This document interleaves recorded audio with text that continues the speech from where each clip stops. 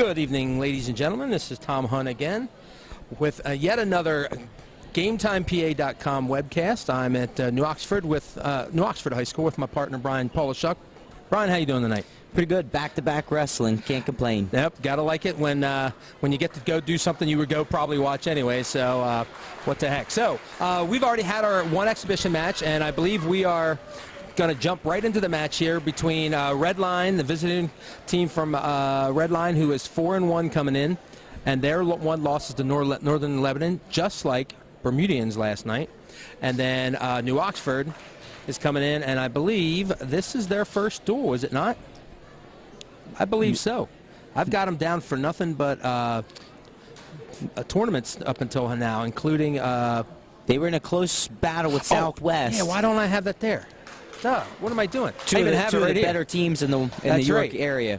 That was one of the, and that was one of the best matches you're going to see in a while, and I believe that was a 39-36. It was close. Yeah, it was a pretty good one. So we are starting at 138 tonight, and at 138. Now wrestling at 138 pounds for the Lions, Brian Kappinger. For the Colonials, Mike Rudisil. We have Kapplinger out for Redline and Rudisil for New Oxford. Got to get myself situated here again. Starting with the middleweights, that means we're going to have a middleweight kind of finish us off tonight. Rudisil with a quick high crotch to his back. Looking for a down leg cradle. If he can lock it up, it's going to be tight. He snagged that head pretty quick, and there it was. And a very quick fall. New Oxford out in front, 6-0 after one match with a quick cradle and pin. Boy, that's going to give your team a nice boost, isn't it? That's going to give a lot of energy to the team and the crowd that got loud in a hurry there.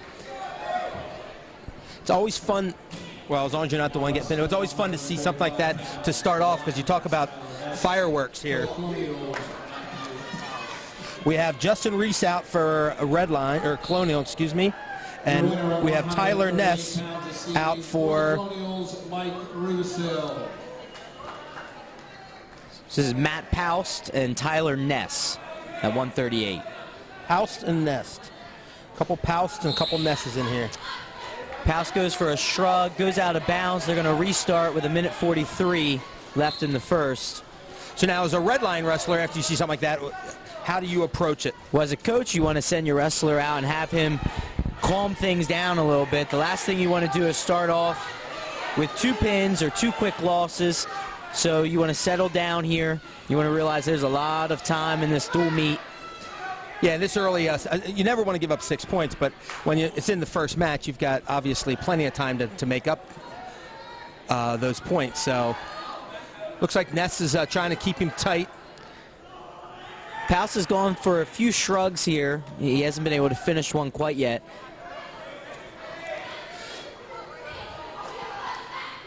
So, do you think maybe you try to slow it down a little bit, try to take a little bit of the air out of the gym at this point? If I'm the wrestler, I try not to change my game at all. Okay. If I'm the one on the mat, I try to ignore what happened to the previous match and focus on what you do. And focus on my individual effort. From the coach's perspective, he's the one who's trying to settle things down very quickly. Yeah, you definitely don't want things to get out of hand that quick. Especially because New Oxford's always had a reputation of when they get ahead, they're pretty solid. They're good front runners and very aggressive going for the bonus points. And wrestling at home in a small old gym like this, it can get loud. Yep. Right before we came on, I was telling you about the Spring Grove New Oxford match here a couple years ago, which was one of the better atmospheres we've had in a long time. And in a few weeks, we'll be at Spring Grove for Spring Grove Southwestern, probably another great atmosphere, and that'll be followed up by the Bermudian Biglerville match we talked about. So we're going to be getting to see a lot of nice atmospheres, a lot of nice places where good wrestling is appreciated, and we'll... oh, and there we go. End of the first period, 0-0. Ness was trying to snap and extend Paust there at the end of the first period. Fortunately, he couldn't get his arm free, and he couldn't get around. Paust was doing a good job of holding on and playing the clock. So Paust will start down. Ness will be looking to break him down and go from there. Clean start. Gotta like a clean start. Paust reaches around. He managed to step over here, and he scores a quick reversal 10 seconds into the second period. Well, that's always a dangerous move, isn't it? Reaching back like that. Dangerous to reach back, dangerous to step over. Not something I would have done. Unless you know, like, Unless I guess you're comfortable in that position, and you he know sure looked like he was. And know your opponent is not going to counter that in a way that's going to put you in harm's way. So we got 2-1 for Paust in the second period of a 145-pound match.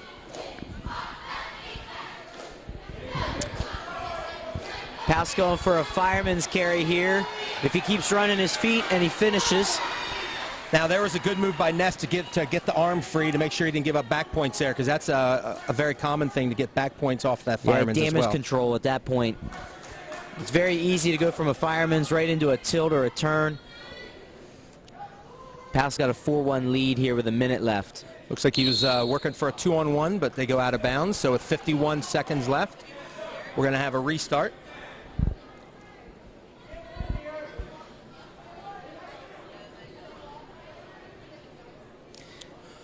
Caution green, so we're going to say, is that too far up his back? He's going too far up the back and across, getting a little aggressive. I mean, like we talked about last night, sometimes it's good early in the match to push that issue a little bit and see how far you can go. He's got a 2-on-1 trapped. He's going for a tilt. He's getting close. If he can scoot his hips and get that top shoulder down, Ness is doing a good job of hanging on to Paust's head. Paust is in trouble. And now there you can see Paust almost gave up 2, but was able to get his hips set and just give up the 1, which in that situation is probably your best bet. Yeah, you look like you got a little low. He bailed at a good time because things could have got ugly in a hurry. Ness seems to like that front headlock position. Fortunately, he hasn't been able to use it. We have 10 seconds left in the second. It's 4-2 Paust. So Paust looking like he's got control for at least the current time. He works, may want to see, I believe it'll be Ness's choice. And he's going to take down. So Paust in control, but still wants to make sure he kind of pads the lead a little bit here. Well, and only being up 2, an escape makes it a 1-point match. So the guy on bottom knows an escape and a takedown wins this. And we have another caution on top. Was it the same? Looked like Same the same thing. He's trying to get too far up top. His head's going too far to the side. He's got a 2-on-1. There he's got the 2-on-1, but still hasn't broken the plane. Now he's got him, but only for a 1 count. You see a lot of times with these 2-on-1 tilts, the guys try to roll off to the side, and the key is you got to drive forward and get forward pressure. Otherwise, you get in the position Paust has been in a couple times this match. Paust still in control at 4-2. We got a minute 28 left of the 145-pound match. New Oxford with the 6-0 lead, and Paust decides better to give up the escape and see if he can take him on his feet again. Yeah, 4-3. Ness goes right back to that front headlock position, and he's controlled him from there, but he keeps putting himself in position. He gets fireman's carried again. Yep. Now at that point, you have to, as a referee or as a wrestler, you got to know now. There he was trying to get away. Paust has him in trouble here. He's got the head and the arm locked up, and 50 seconds left on the clock is a lot of time to situate this and finish him off. Now at this point, Paust, if Paust goes a little chest on chest, will do it. If he can elevate this Ness's head, that will help put the shoulders down as well. And it looked like the head ended up being the difference. He was able to keep it on and get the 3-pointer. So he's now up 9-3, with 26 seconds left. So he's in a good position to win. Now the question is, can he get those couple extra points and turn a regular decision into a major? If I'm looking at the score, 9-3, and I'm the top guy, I'm going back to that 2-on-1 tilt. He's had success getting it locked up, hasn't scored with it yet. And with 17 seconds, he only needs a 2 count. He gets the 2, and then he'll have his major. He's pulled him back in this crab ride. He's not going to score from here in 10 seconts, but he'll be able to ride out the rest of the match. Okay, he was going for the power half, but that's not there for him. Solid match. So Paus comes through with a 9-3 victory there. Your winner this evening at 145 pounds for the Colonials, Matthew Paus. So New Oxford now has a 9-0 lead after the first two bouts.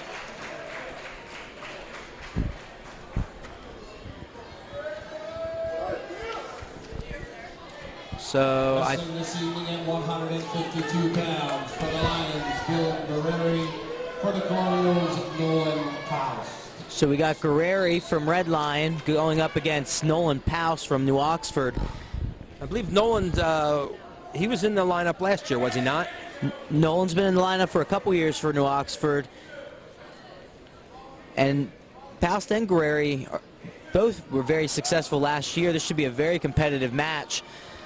Yeah, Guerreri's coming off of, he got a third place at Top Hat, so he definitely has some ability where Paus had a third place at the J.J. Powell Mountaineer Classic. I believe that's might be the Phillipsburg Osceola. I think it's the one out there. And Guerreri's the first one to score to get the opening takedown.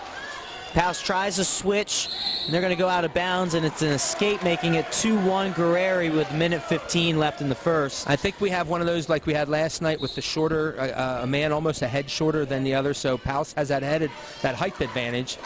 It's definitely a difference in styles, and Paus is going to have an advantage when it comes to his reach. The question is, does Guerreri have an advantage when it comes to the strength? He definitely looks like he's put together a little bit more, but sometimes the shorter guys look that way just because they are shorter and their weight got less bone to be on, I guess you could say. The advantage of leverage when you're taller can sometimes be an equalizer, though. You probably didn't wrestle too many matches where you were the taller guy, were you? Did you? I don't think I ever did. not that either of us are the tallest people in the world, but you were definitely speaking the leverage from seemed like a point of height disadvantage. So with 25 seconds left, we've got a 2-1 lead for Guerreri in the 152-pound match. Kind of looks like he's trying to keep Paus maybe a little bit outside. Yeah, both guys are looking to improve their position. Unfortunately, they both are locked up too tight. That's kind of creating a stalemate. After that first 25 seconds of action, things have slowed down here. That might have been that little burst of energy. Got my 2, and all of a sudden, make sure he didn't give up another 2. And sometimes the nerves of knowing that this is a anticipated match gets you a little bit energized for the beginning, and then you settle back down. So Guerreri's going to start the period 2 on the bottom. Comes up right away. Paus trying to take him back down. And he gets his one. Looked like he tried to get Paus tried to get a leg in, but before he could get the leg in, Guerreri was able to slip away and get his hips separated. You see Paus is trying to use that advantage of his reach to get an ankle pick to the right leg. Fortunately, he hasn't been able to get an angle on it yet. Guerreri's been using his head to block him. Guerreri's got a 3-1 lead with a minute 30 left in the second. Now, when you're when you have a taller wrestler and you're trying to get him to score on a shorter one, like, is there something you try to get them to kind of look for, or is it just, again, a matter of what they feel comfortable with, seeing if that'll work against these particular people? Well, a lot of times, if you look, Paus is doing a very, very good job of lowering his level. And although he is a taller wrestler and he does have a reach advantage, he's making himself shorter by lowering his level. And Paus was able to use that leverage because he was able to use his length. It looked like Guerreri got in fairly deep on a leg, but couldn't finish it, and Paus was able to scoot around and get the 2 and tie the match up at 3-3 with 45 seconds left in the second period. Now, he wasn't able to ride him earlier, but it seems like he's starting to get a little bit of a ride going. Man, he's got some long arms. Look like long arms. He's got a all the good way tight around waist on. And it's always easier to ride somebody off of a takedown. as opposed to the chances the are you're referee's start. putting him either into a position where he's on his belly or he's on his hip. Whereas when you're starting a period off and you can anticipate the whistle, you got your first move. And now we're down to just about 10 seconds here in the second period.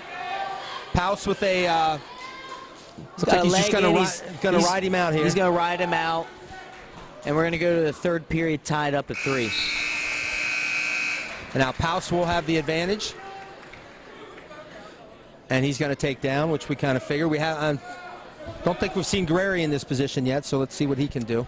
Well, and I guess we did initially. Guerreri might anticipate letting him up at some point in time. And it doesn't look like he's going to waste any time. Going to give him the optional right from the start.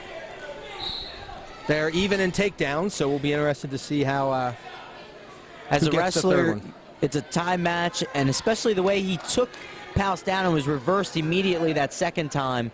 He's probably worried about getting reversed, giving up a 2, where he has been successful on his feet. Paus goes for another ankle pick to that right side. He just doesn't have the angle yet. And almost created it there. And you could see, got him a little off balance. Kind of the leg flew up a little bit on Guerreri, but still, I think his low center of gravity kind of helped him keep his balance. And yeah, if Paus can get a fake shot, move this guy's head, his feet will follow. But you let a solid guy like Guerreri stay in his base, it's going to be hard just to pick an ankle. And there's Guerreri going down to a knee to lower his own level again. Never been much of a fan of the knee, going to a knee, unless you are effective out of it. Yes. Like, I hated to see it when the Peppelmans were doing it from up in CD, but they scored out of it. So to me, that wasn't a delayed tactic. That was a strategy that they were good at. And I think because they were good at it, a lot of people started to kind of do it. So we're under a minute here, 4-3 yet. Paus has the lead. Almost like he's waiting to see what Guerreri wants to try. Yeah, and the challenge here now, when you're the man losing by a point, is you don't want to rush a shot, but at the same time, you don't want to wait too long and then run out of time when he's had a minute now so far and hasn't been able to get off a shot. And Paus again goes to the knee to close down. At this point, if you're Guerreri, I mean, do you try to go for the leg that's up, or you want to circle him out of that position? And what needs to happen is you need to push the tempo so that it looks as if the guy is stalling. But when the guy goes down to his knee and you're not doing anything either, you're not going to win that call. As they go out of bounds with 12.6 seconds left, Guerreri's going to have to do something. Maybe take the old desperation shot and see what happens. Well, Paus is going to lower his level. And locking up is not helping him there, is it? No, and he scores here. Late takedown. Bad shot. Ends up being 2 points for Paus in the last 5 seconds. Obviously a good win there for Paus. Guerreri a little disappointed in what he did. But at that point, he had to do that, though. Had to go for a shot at the end. As a coach, you want to see him take a shot earlier in the period. That way, even if you do miss the shot and you give up a takedown, it's still 6-3. You can get an escape and you're still in the match. Exactly. Now wrestling at 160 pounds for the Lions, Briar Smith. For the Colonials, John Alpaugh. Briar Smith out for Redline. And what was it again? Josh? Alpaugh? I think that's, or John Alpaugh out for New Oxford. I recall Briar Smith getting some time last year. Not sure. I don't remember Alpaugh as a name, though. Boy, it feels like it was a whole year ago since I saw any wrestling. Oh, yeah, it was a whole year ago. Never mind. So the dual score is 12-0 New Oxford. And it's 0-0 minute, 30 left in the first period. It looks like Briar's trying to stay aggressive there, pushing. But again, like we talked about last night, just because you're pushing forward doesn't necessarily mean you're initiating any action. Yeah, and you can push and push and push, but if you're locked up tight up top, it's hard to score. Looks like both of these guys are a little more matched up physically, height-wise, obviously weight-wise. Yep. So Smith's in on a single leg, and he's going to finish at the edge of the mat. And now that's one of those where once you get the second leg, that's an automatic 2, right? It's an automatic 2 as soon as that man starts to lower, and you get two hands around those legs. Now they're off the whistle. We have Briar Smith up 2-0. He gets a leg in. So Here we're he going to see a needs to little work leg to wrestling. extend him. He's immediately out of it. Then he goes back into it. And now he's got a half on the other side, and if he can jump out and get pressure off on the side, he might be able to finish him here. And there he did. He was Now able to he's get that Got the pressure on. half. He's went back for the leg. I think he should focus up top on the head. He reaches for the underarm. He's getting pretty close here, I think. Yeah, I can't see the far shoulder. Yeah, from our angle, it's really hard to see, but obviously the official's in a good position with 19 seconds left. And there it is. A 144 fall for Briar Smith to get red line on the board. 160 pounds for the Lions, Briar Smith. So that's a nice quick little boost for red line. Question is, do they, we originally thought there might be a forfeit here. So we'll have to see. They had an extra kid at 60, so we'll see if they start bumping everybody up to cover that hole. Yeah, I would anticipate there's going to be a bump at some point.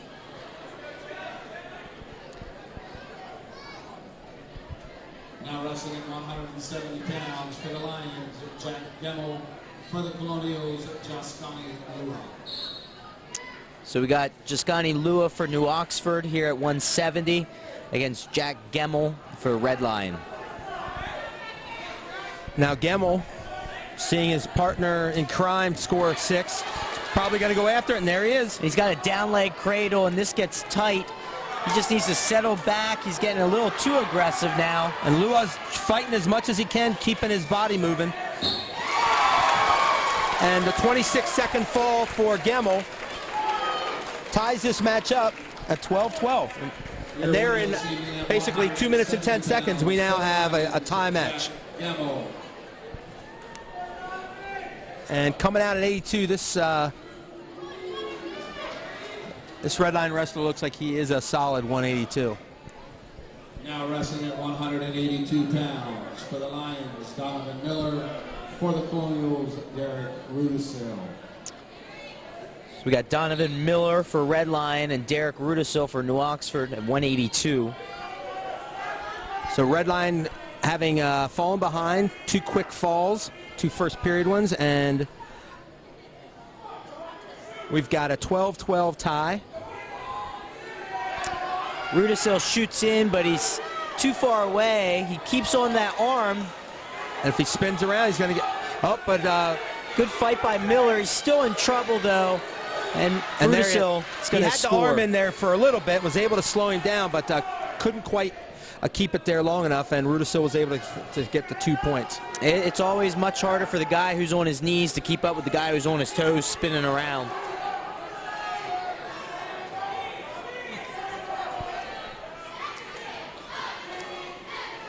Needs to be careful there. He sat back, almost looked like he was going to get pulled onto his own back there at one That's point. always that little move you see every now and then when they sit and they kind of lean back a little bit, that the guy on top just pulls them straight back onto their back, and if they're quick enough, they work around, take a hold of the head, and it's bye-bye birdie.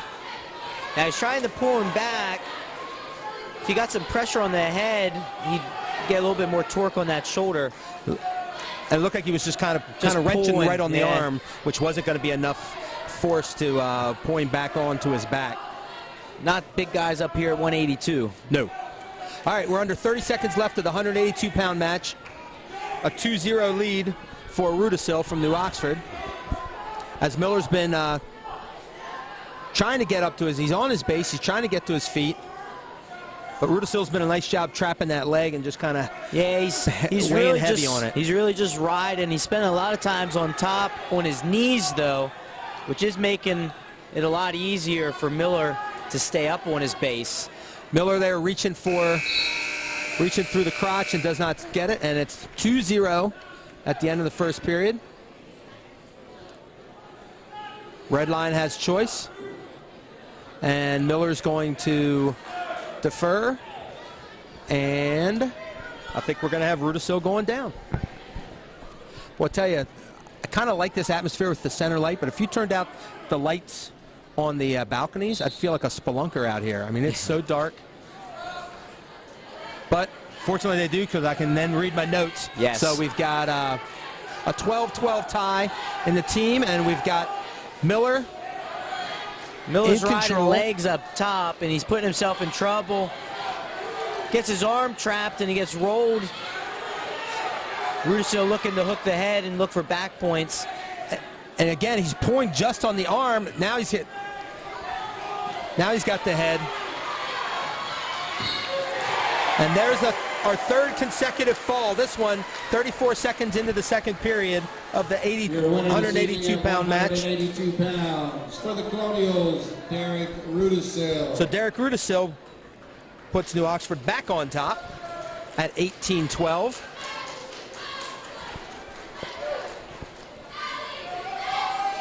So 195 is where they are going to forfeit.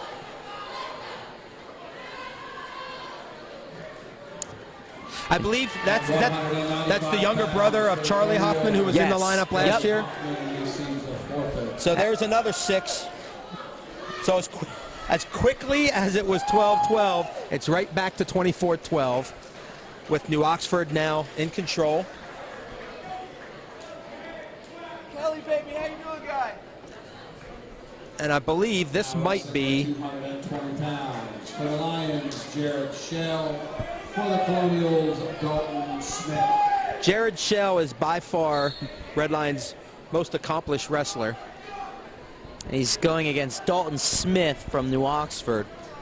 And Shell went to the Top Hat, finished second, and then went to the Big Indian Classic down in Tennessee, and as an unseeded wrestler was able to reach the finals there before he lost. So he obviously is probably their best wrestler, and maybe the best big guy we have in the county. Trying to think of anybody else who might be close to him at 220, or now that Janny's out of. Yeah, I was going to say Malvern Prep. Southwest fans might be sitting there thinking we did had have one. a pretty good. We did have one, but I believe his team is ranked in the top 25 in the country. So Malvern Prep is solid from bottom to top. That's for sure. So you gotta believe whatever move there was based on his future, not necessarily just what was going to happen this year, but what he wants to happen in the future, which I'm guessing would be a collegiate career somewhere. And it looked like he was wrestling at heavyweight here recently, Oh, as well as 220. Have not seen him at that, but he did some heavyweight wrestling, I believe, for the Stangs, as they like to say. He's big enough and strong enough to do that. That's for sure. You talk about a big kid.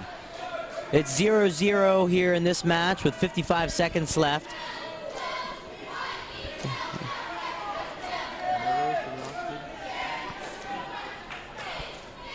So Smith has been able to stay away from Shell.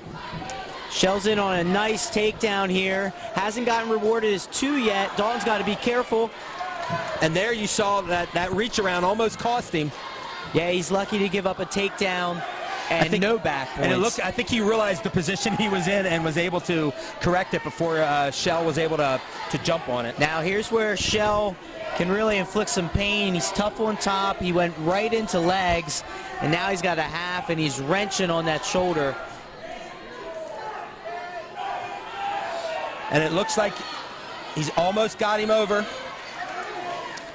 5 seconds, but that's plenty of time to get the fall. Smith is fighting. And he is going to survive. Boy, I tell you, 5 more seconds and it would have been bye-bye Felicia on that one, because he had it in tight. It was just a matter of did he have enough time, and he did not. So it's going to be a 5-0 lead for Shell going into the second period, and we're going to start in the neutral position again. Just based on the 30 seconds we saw there at the end of the period, I'm going to guess New Oxford's going to try to keep Smith off of the mat. I would definitely think that's a good strategy to avoid giving up another 6-pointer. And Shell is very tough from that top position. He's picking that single leg. He keeps going for that snatch single. He's not actually penetrating to it, but he's got a quick reach. That looks a little more like a guy who's been wrestling a lot of heavyweight. Yes. You don't want to do that. You'll reach, but you won't penetrate all the way through. You don't want to go underneath. He's got very good movement for a big guy. And it looked like Hoffman or Smith just decided I better just belly out, give him the 2, and go from there. But he does not want to lay down there for any extended amount of time.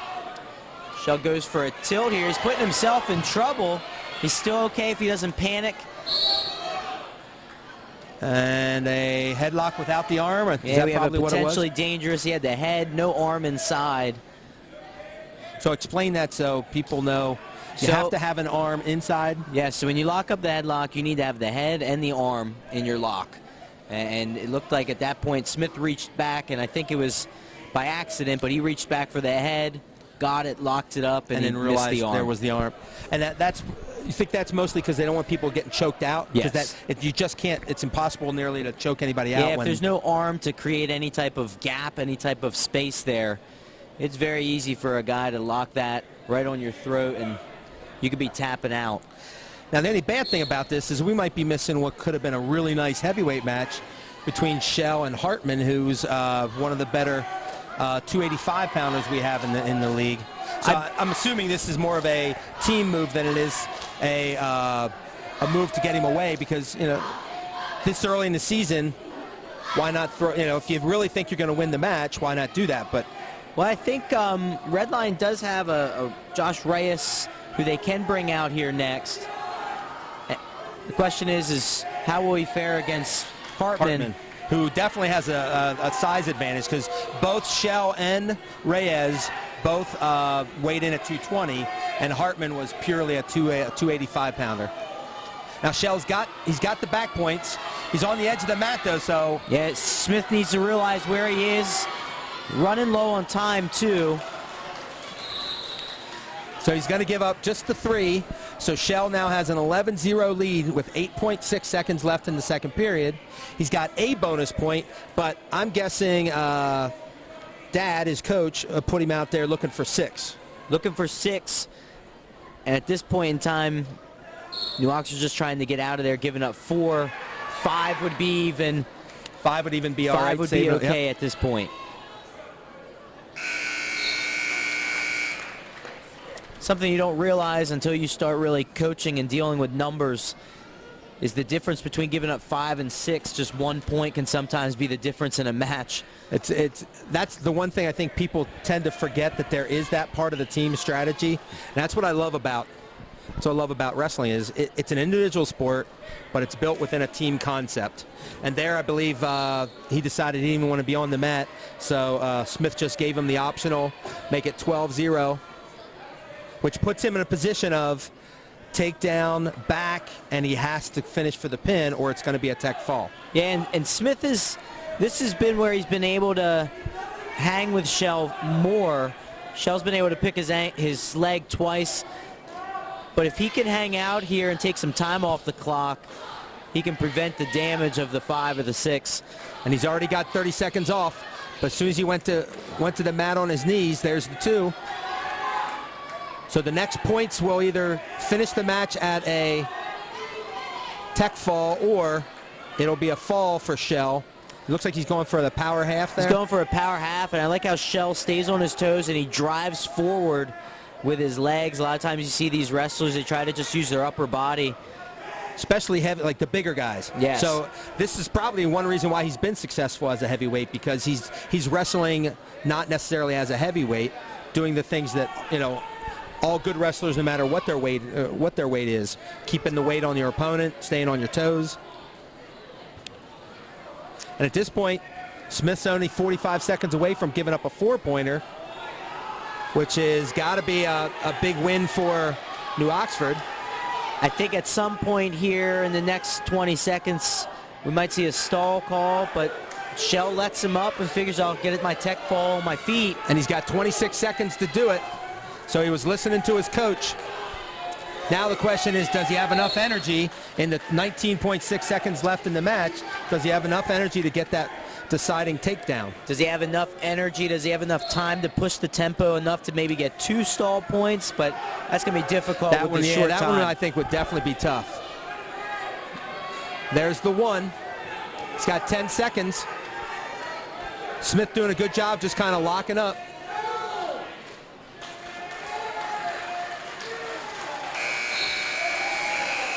That's the classic, the loss is a victory. That is right. Your winner this It's a evening loss at for 220 pounds for the Smith, Lions, but I tell you, that's a win. That's a win for Shell. New Oxford to be able to give up only 4 points to Shell. Yeah, those are the things that don't necessarily show up sometimes in the box scores. You know, but when you limit a point, especially the way he did it, staying tough on his feet at the last couple seconds. And they're going to go with the heavyweight forfeit. At 285 pounds for the Colonials, Brock Hartman. I'm looking to see. I thought I saw something. Okay, I thought maybe Reyes had something bandaged up. So my guess is he decided to go for the 6-6 exchange, and it was only a 4-6 exchange. Yeah. So going into the 106-pound match, we have Redline trailing 17-30, and New Oxford is, here we go. For a second there, I thought we were going to have yet another forfeit. This is going to be Austin Brotherton for New Oxford. Now wrestling at 106 pounds for the Lions, Clay Cameron. And for the Redline, Colonials, this is going to be Clay Brotherton. Cameron. I like that. I like that name, Brotherton.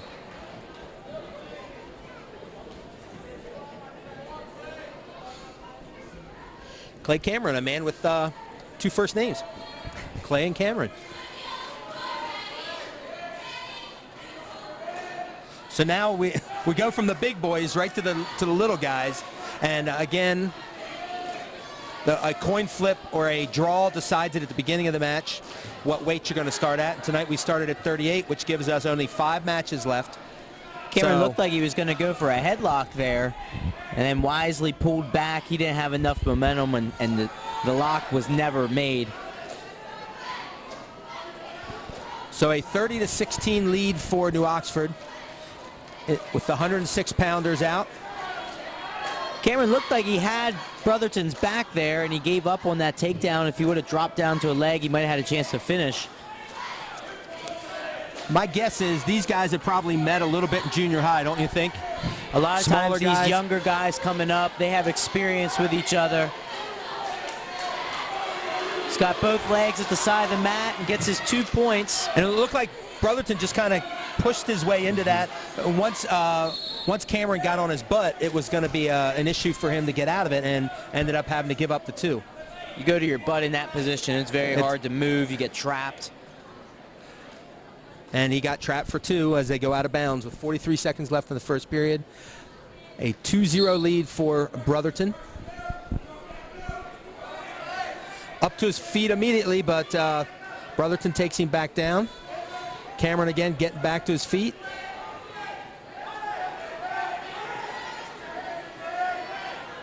Looking for hand control. He did get the hands apart, but Brotherton did a nice job of snagging the leg and just kind of pushing and again getting a restart. Yeah, he returns him to the mat, which was good. He needs to be careful when he returns him to the mat. He needs to work up and improve his position.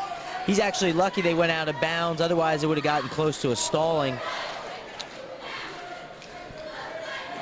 And it looks like the officials taking an extra second on the restarts, and the kids are trying that anticipation on the Yeah. caution. So but that's something that you as a coach, you can tell your kids, hey, he's going to hold, so you need to make sure you hold, right? Yeah, And at this point, you You've sort of seen- know how each ref calls it and how quick they are with the whistle. And you have your kids adjust, and you have to make sure that they're ready for it. Giving up a caution like that, it's worth it. As on the restart, we're at 2-0 with 5 seconds left.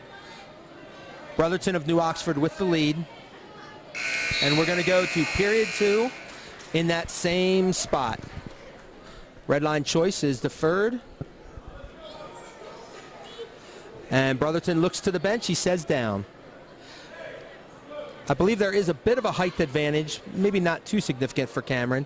So we'll see if that comes into play, uses those long legs to try to Yeah, he definitely has keep some him on long the ground. legs, long arms. Brotherton quickly gets to a short sit, returns,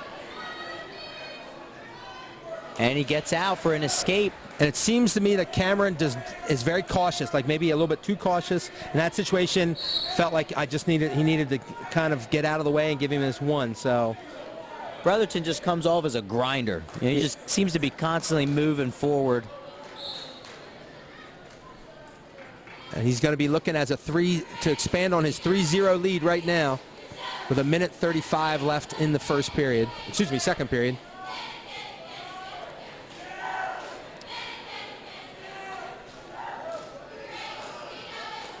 And there you can see he kind of kept pushing, looking for that leg. The reach is creating a little bit of a problem for Brotherton, but he's been able to get past it once. So at this point, you would think Cameron's got to really keep working on changing his level, right? Yeah, he's got to lower his level, and he's got to create a better angle. Right now, he's forehead to forehead, and it's hard to score from that position. You got to get more movement. Both guys should be guiding these elbows off and getting that guy to step with his lead leg. And they're adjusting his headgear almost caught him. He relaxed, he did that, and Brotherton saw it, tried to take advantage. I mean, yeah, you take advantage of everything you see, right? Yes, and as a coach, aside from someone not making weight, someone adjusting their headgear and getting taken down can be very frustrating. That's got to be one of those that you don't want to have to go back to the bench after that happens to you. Now, Cameron's in on a good shot here. He just needs to make sure that he rebuilds his base. He's getting flattened out. Now he's on his stomach and he's in trouble. He needs to get his legs back underneath of him. And it looks like Brotherton's going to scoot around. I think does he have the leg? Yep. He's got it all the way around for the takedown at 5 to make it 5-0 with 21 seconds left in the second period.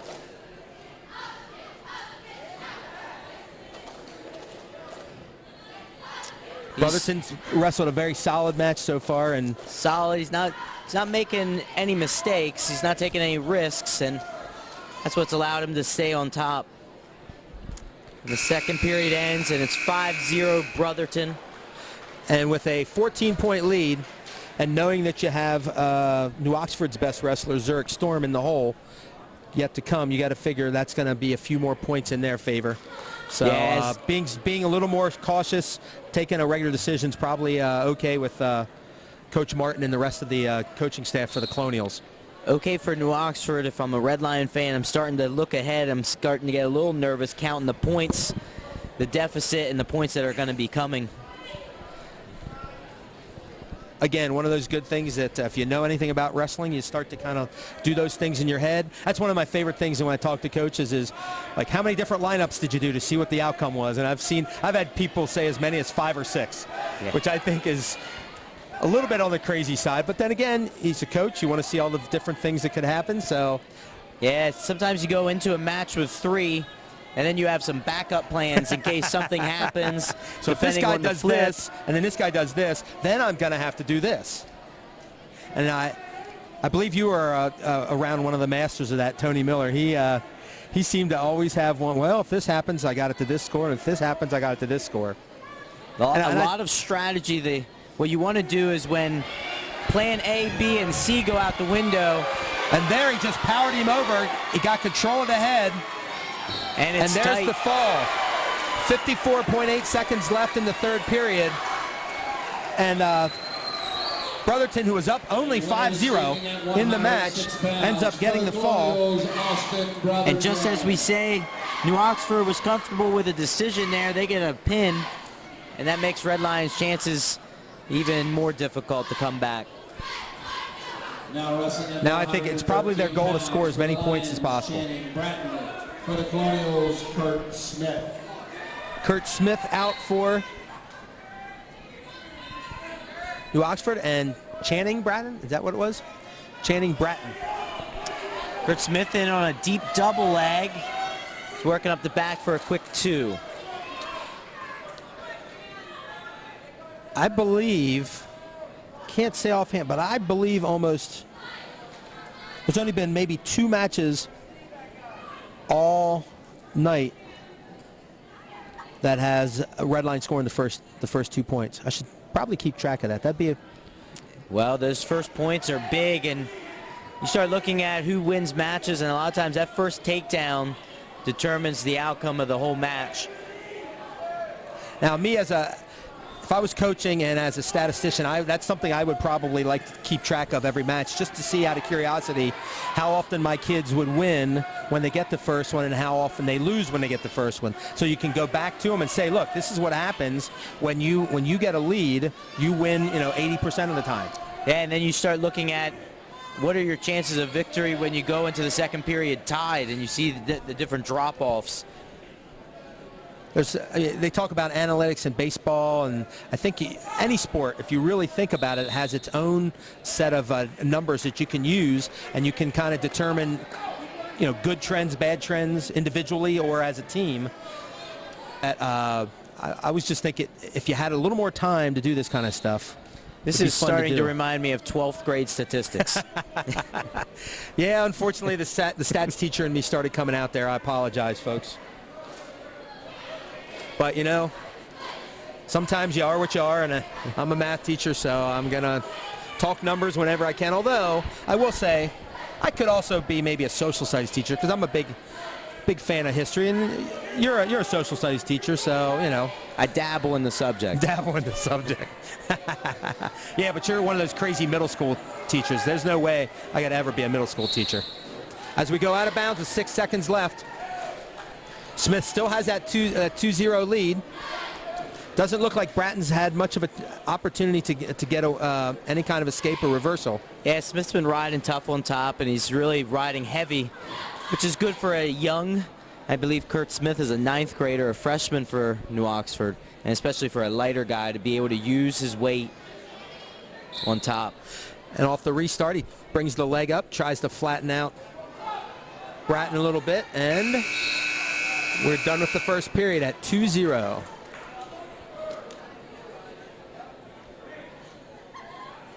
Well, I would say even though New Oxford has lost to Southwestern, they're not out of it. You still have Spring Grove on their schedule. Spring Grove Southwestern still has to wrestle, and I think we've had several and tri-champions over the last few years. We've had a few of them, and for them, what they're doing is they're hoping that Southwest stumbles against Spring Grove, and then they can become victorious against Spring Grove. And that's actually not an unusual thing, because of what comes down to a lot of times in teams is matchups. Unlike, maybe basketball and some of these other sports where if you clearly have more talent, you're going to win. It depends a lot of times in wrestling where your talent is. Where your talent is, and the interesting thing about wrestling is teams change throughout the year. Yes. So a lot of times you see different teams, depending on when you face them and where their weights are at that time, you can get a different team from beginning to the end of the season. You also will get kids who maybe aren't in the lineup because of their weight loss. All of a sudden they start hitting their target, and then they start to get a chance to actually wrestle off to get into the lineup. And now all of a sudden a kid who hadn't been in December is now in January. So Smith is doing a nice job riding, trying to turn Bratton. So he's got a cradle locked up. Now, he had a cradle locked up earlier in the match. He needs to hop over to the other side. It's going to be very hard for him to finish from here. And it looks like his lock broke. He still has the near leg hooked. Now, when you get that cradle and you have that near leg hooked, to pull him over to actually get him to his back, do you have to release that leg, or do you keep it as you're pulling him? Like, that's always looks like an awkward situation where you got that leg and the cradle in. Yeah, for me, I want to let go of that back leg, and I want to focus on my cradle. And I would have actually gone over to that near side and tried to work the other side, okay, so that you're not extended yourself up on top. Now, there was a stall call, I believe, there, called on Smith. I guess the official thought he was just riding there on top, not really looking to use it or turn him. Yeah, it looked like I guess I could see that to a point, but when you're in a cradle, like when you have a cradle, trying to adjust it, tighten it up, it doesn't always look like you're doing something, but you could be. Just squeezing. That's where the hooking of the leg, the cradle looks like you're in a pinning combination. When you're hooking the leg, it looks like a ride.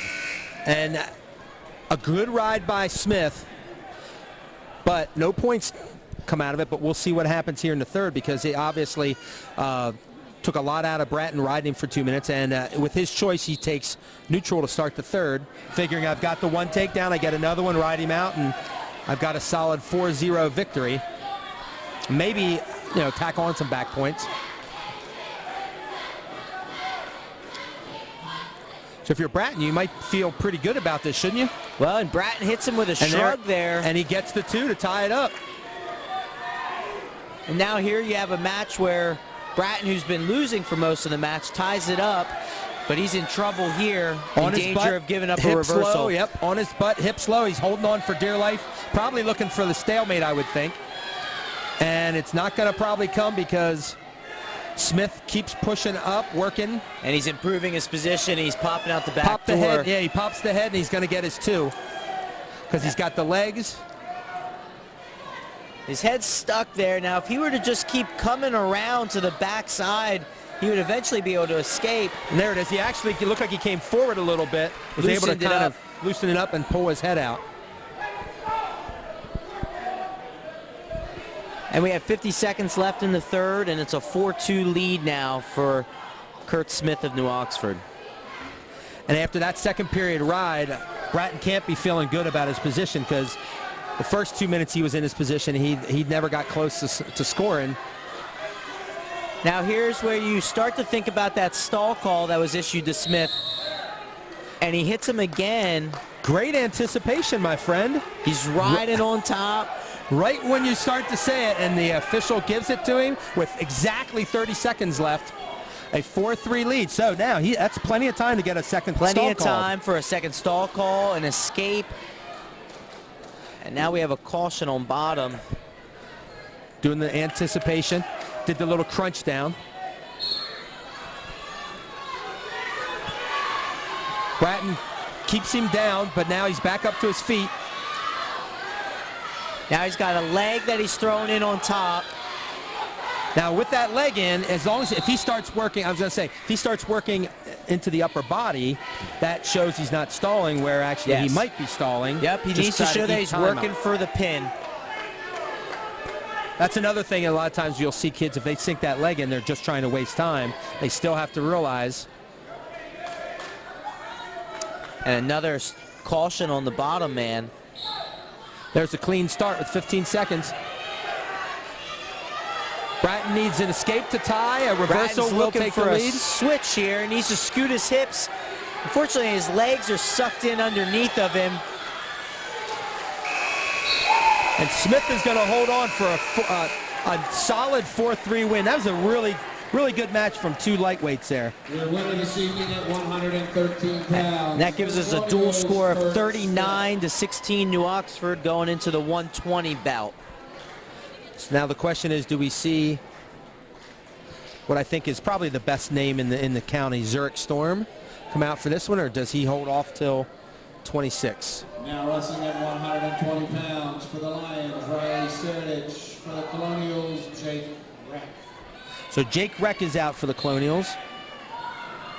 And Riley Serdich from Red Lion. So I'm assuming we'll see Storm then in the next match.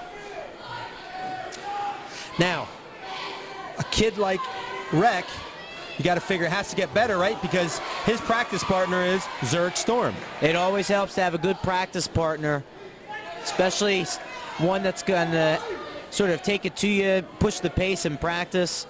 And he comes out looking an awful lot like Zurich. Gets his takedown, lets him up, decides I'm going to work from my feet.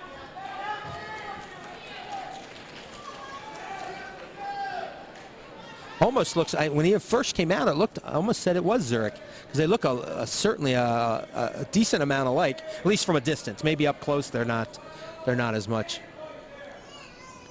But he got that first one, and now it looks like Zurich is just trying to slow him down by slowing him down. Just looked like he was going for a headlock there, but he didn't have an arm.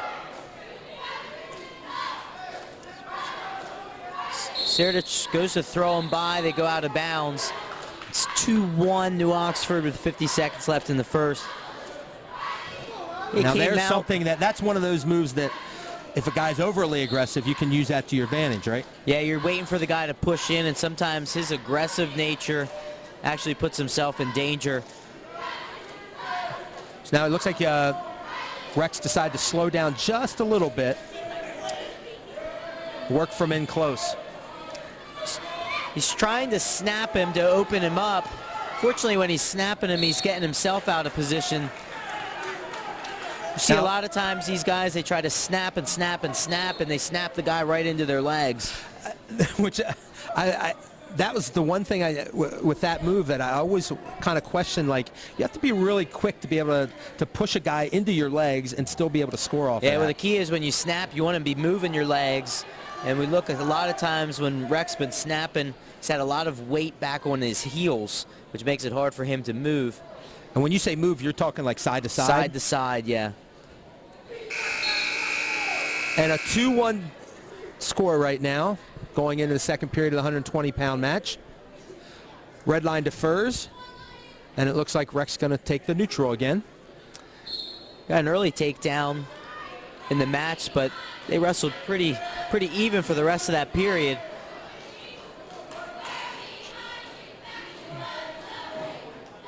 See Srdjic trying to work from that collar tie. He's keeping Rex head down. Rex been doing a pretty good job of keeping distance. He hasn't allowed Srdjic to get close to his legs quite yet. And there he was able to get a far outside shot to get in on the leg. Srdjic keeps that whizzer, and he's hipping in. If he continues to hip and get pressure towards him, he'll be in good position. And then going out of bounds there. So good defense there by Srdjic. Gotta make sure I'm saying that right. I apologize if I'm saying that wrong. We should have been around last year. Between me and Coach Bowersox, we had some doozies, let me tell you. Well, if you pronounce it one way and I pronounce it another way, one of us will be right. That's right. So 59 seconds left. Still a 2-1 lead for Rec from New Oxford in the 120-pound match. See again, Rec goes to that snap, and he's snapping his opponent and waiting for the opponent to come up, which creates that space. He's trying to duck in afterwards. Needs to be careful he doesn't get planted on his own rear end. And it looks like Srdjic really wants that wrist control as much as possible to try to slow him down. Now, he manages to fight into a single leg. But he's got the whizzer in. 17 seconds left.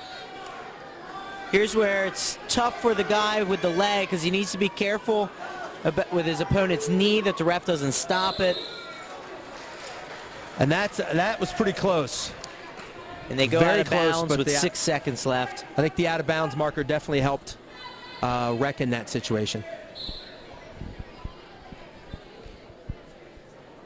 And I think that's going to be it. As we go to the third period, we have Srdjic at a trailing 2-1. He's going to take down. So then the question is Rec going to ride him or he's going to let him up again? Going to go for a ride. We have Again, you would think by now you would know not to anticipate anything, that it's a slower whistle. Not a good or a bad thing, whether you're slow or not. It's if you're slow with that whistle, you as a wrestler have to adapt to that. And there's the stall call for not bringing him down. Not bringing him down, and a lot of people think there's a time, there's a stop clock. Yeah, there used to be the big thing about, you got to bring it down in 5 seconds. Or it's not really a amount of time. It's do you make an attempt to return the man to the mat? And we saw that, unfortunately, the ref didn't feel like Rec was making that attempt, and he hit him for a stall point. So we're at 123 of the the third, and looks like he's just decided I'm better off trying to score from my feet. It's now 2-2 with just over a minute left in the third period. Looked like he went for some kind of single and then almost faked a headlock or something. Faked to a headlock, and he did that earlier in the first period, and it ended up about the same. Now we're in this front headlock position. Here with this front head, what you want to be doing if you're the top man is you want to be snapping and bouncing the head so you can extend your opponent out. I'm thinking he keeps taking that headgear off. You might want to get a better headgear. There seems to be some type of faulty equipment out there. Either that or, you know what, I'm just going to take a second or two to regather myself, take that off. Of course, with the amount of hair I have, I would never have to worry about that issue, so. Your days with the man bun are long gone. Long gone. Thank goodness I lost all my hair before that fad started. Because there is no way in heck I would ever be wearing a man bun. So 2-2 with 24 seconds left of the 120-pound match. Looked like going for an ankle pick. Seredic, he gets the second leg. Nice takedown. And he gets it with here. 15 seconds left. And now here's where you just need to be smart and ride. Understand that an escape, you still win. The famous one, not two. One, not two. The one, not two. You always hear that. One, not two. One, not two. With 5 seconds left, Seredic has a 4-2 lead. Here as a coach, I even contemplate letting him up, pushing him away, and having your wrestler run to the side of the mat. And there Seredic gives the optional start to his coach. His coach doesn't say anything. So he's going to be safe, hold him right there, and squeeze, and he gets the win. A nice 4-2 victory for Seredic.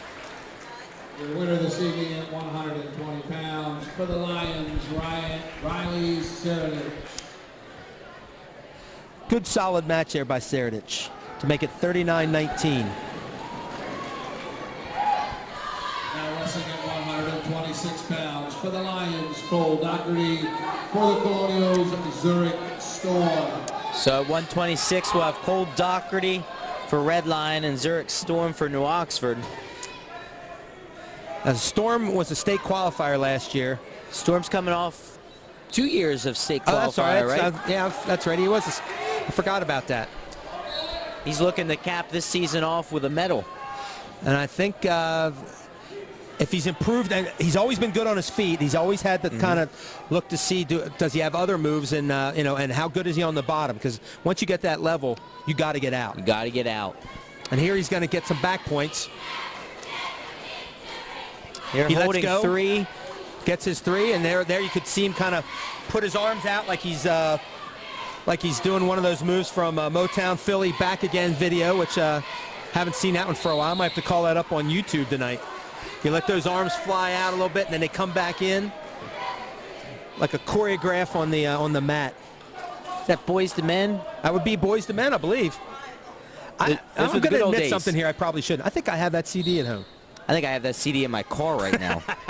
Okay, that I would never admit. Just having it at home, I have at least some deniability of, like, I think it's at home, but to have it in your car already? 2-0, or 2 more points for Storm. He's now up 9-0 with 1 minute left.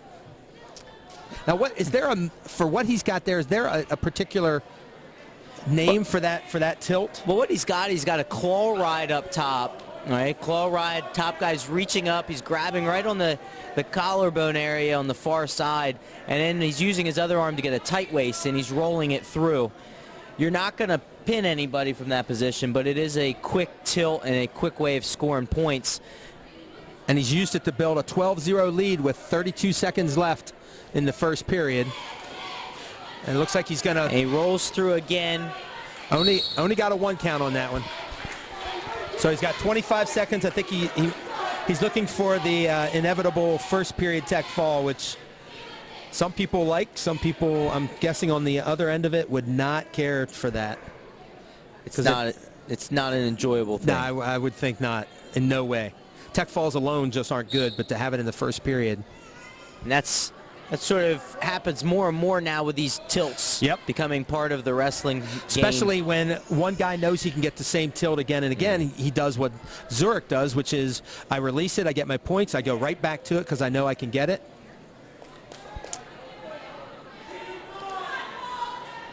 He's holding a 2 count there. And it's going to be 14-0 at the end of the first period. And Storm's got choice. Now that tilt's been working very, very well for him so far. And he's just going to take neutral and either go for the takedown to end it or take down to his back. Take down to his back. See if he can get the big move for the final pin. He's working out of that collar tie. Now that tilt was very successful in the first period. I sometimes worry about a tilt like that when you start getting into the state tournament. Yes. Guys have Things seen are a that. little They know. looser there, and Yes. then you got guys that They've gonna seen fight that. yeah. They've seen that in their wrestling room for the last 3 months, and they know what to do to counteract that. They go out of bounds with 1:30 in the second.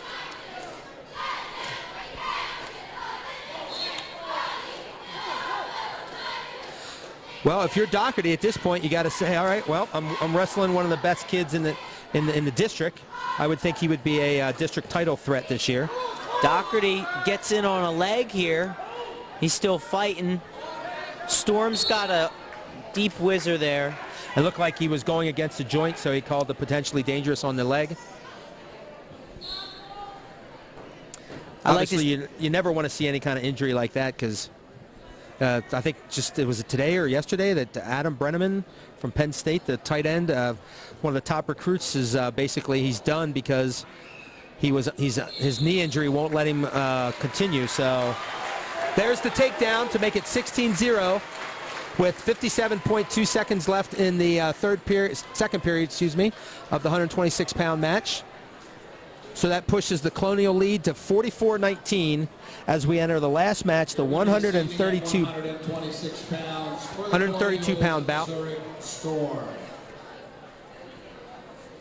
And in our final bout this evening at 132 pounds, for the Lions, Corey Shane. For the Colonials, Brennan Romanoff. Romanoff, that's a great name. I like that name. I believe Romanoff is a freshman for New Oxford. And again, another kid who's spending his time getting beat up by Zurich Storm. So you got to figure, in the long run, having a freshman in there, and even though he might take his lumps now, he's going to do just fine in the future. At least you hope so, because those kids, most of the time, they progress. But every once in a while, you get a kid who just can't respond to that and ends up kind of petering out, going to basketball or indoor soccer or something like that for the winter.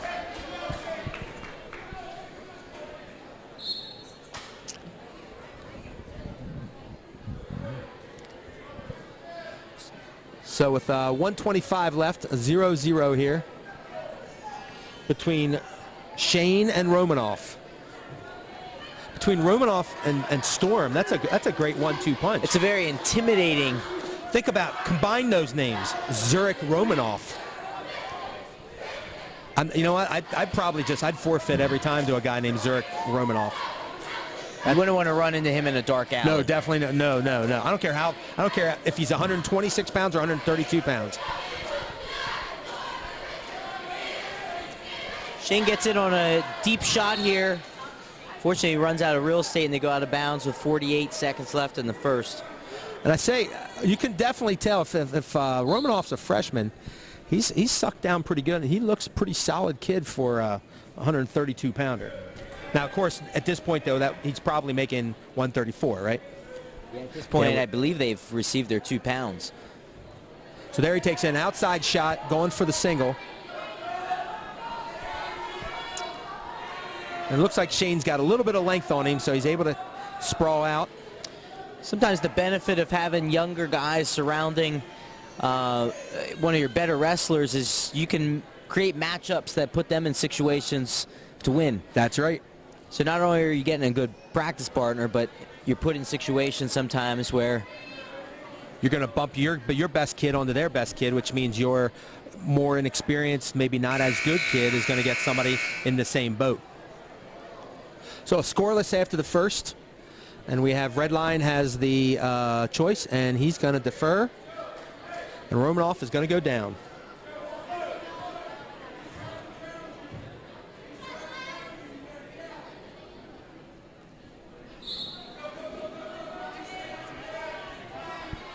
So we've got Romanoff in the bottom position, and he gets run out of bounds. 8 seconds into the second pound. Well, I hear a young wrestler screaming over here. He's a future New Oxford lightweight, I believe. Future New Oxford Colonial. So Romanoff's still in that bottom position. Shane's riding, tough on top. He's got a half in, and he's keeping Romanoff's head on the mat. and keeping all that weight on his toes. That's something that that's one of those little things that you really have to look for, if and kind of appreciate guys who are going to do that, because that's the way you're supposed to wrestle. Yeah, oftentimes you hear coaches say, make yourself heavy, which is interesting when you're yelling at light guys who haven't eaten all day. 132-pounder. Make yourself heavy. Well, how much heavier can I get, Coach? Of course, you do have, once you have weigh-ins, you have a little bit of time, don't you, to maybe sneak a couple bites of something in there to, give yourself a little bit, but not too much, of course. Keyword being a few bites. Last thing you want to do is eat too much and then see it on the mat later on. Yes. That would not be a good situation. That might be worse than the tech fall. I think that is worse than a tech fall. And is that our first funk roll of the night? We have a funk roll. Don't remember much of those so far tonight. And they're still in a scramble here. See Shane's reaching back for that ankle, but he's in bad position. Looked like his weight was just kept lowering, so then all Romanov had to do was come out the back door. And a good scramble, and Romanov now takes a 2-0 lead.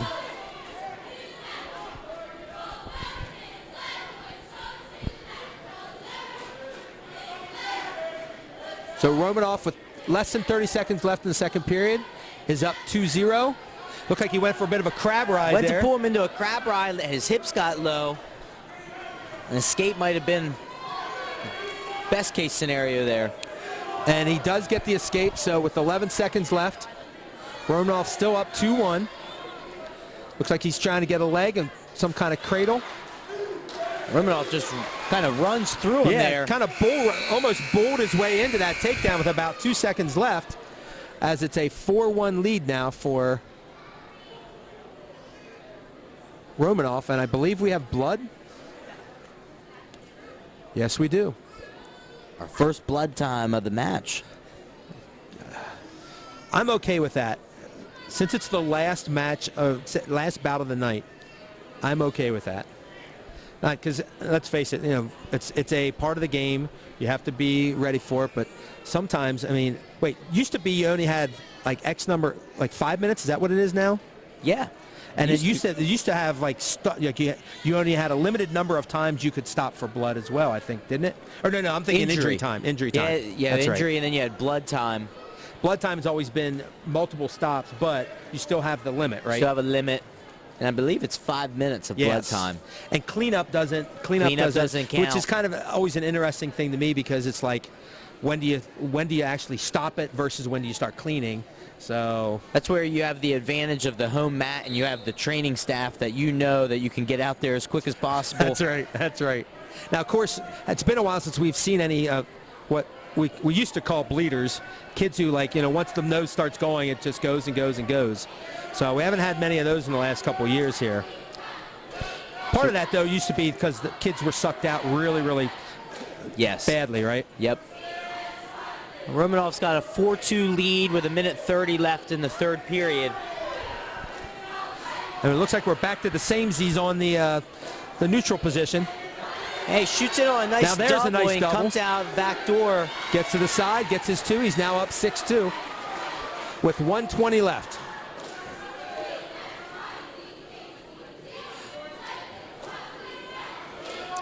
Seems to me that I'm guessing Mr. Storm's been doing a little bit of coaching with this slightly bigger guy as well. So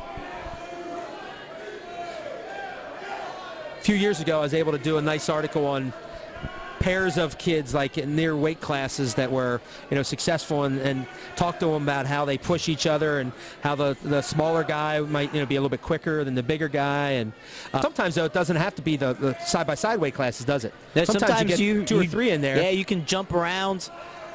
I can remember some days in high school early on where you're getting your lumps from the next weight class and 3 weight classes and then 3 after up. that. And there's another score for Romanov to expand his lead to 8-3 with 25 seconds left. It looks like New Oxford's going to close out with another victory. He's got 15 seconds to hold on. He lets him go, and making it 8-4. Looked like they just wanted to kind of stay out of that bad position on the mat, although I don't think he's had too much issue on the mat. So And there's the final buzzer, And then giving your final Romanov bout this evening an at 8-4 132 decision. pounds, your winner from New Oxford, Brennan Romanov. That makes the final score 44-19, New Oxford over Redline. So, not quite a nail biter, but still some good action, which is always what's going to happen. And I'm sure Redline's going to take some good things out of this. I think that Seredic match was a good one, and hopefully he can build on that. And Both teams have some young talent throughout the rosters. It's be interesting to see both these teams and that talent as they progress the next couple of years.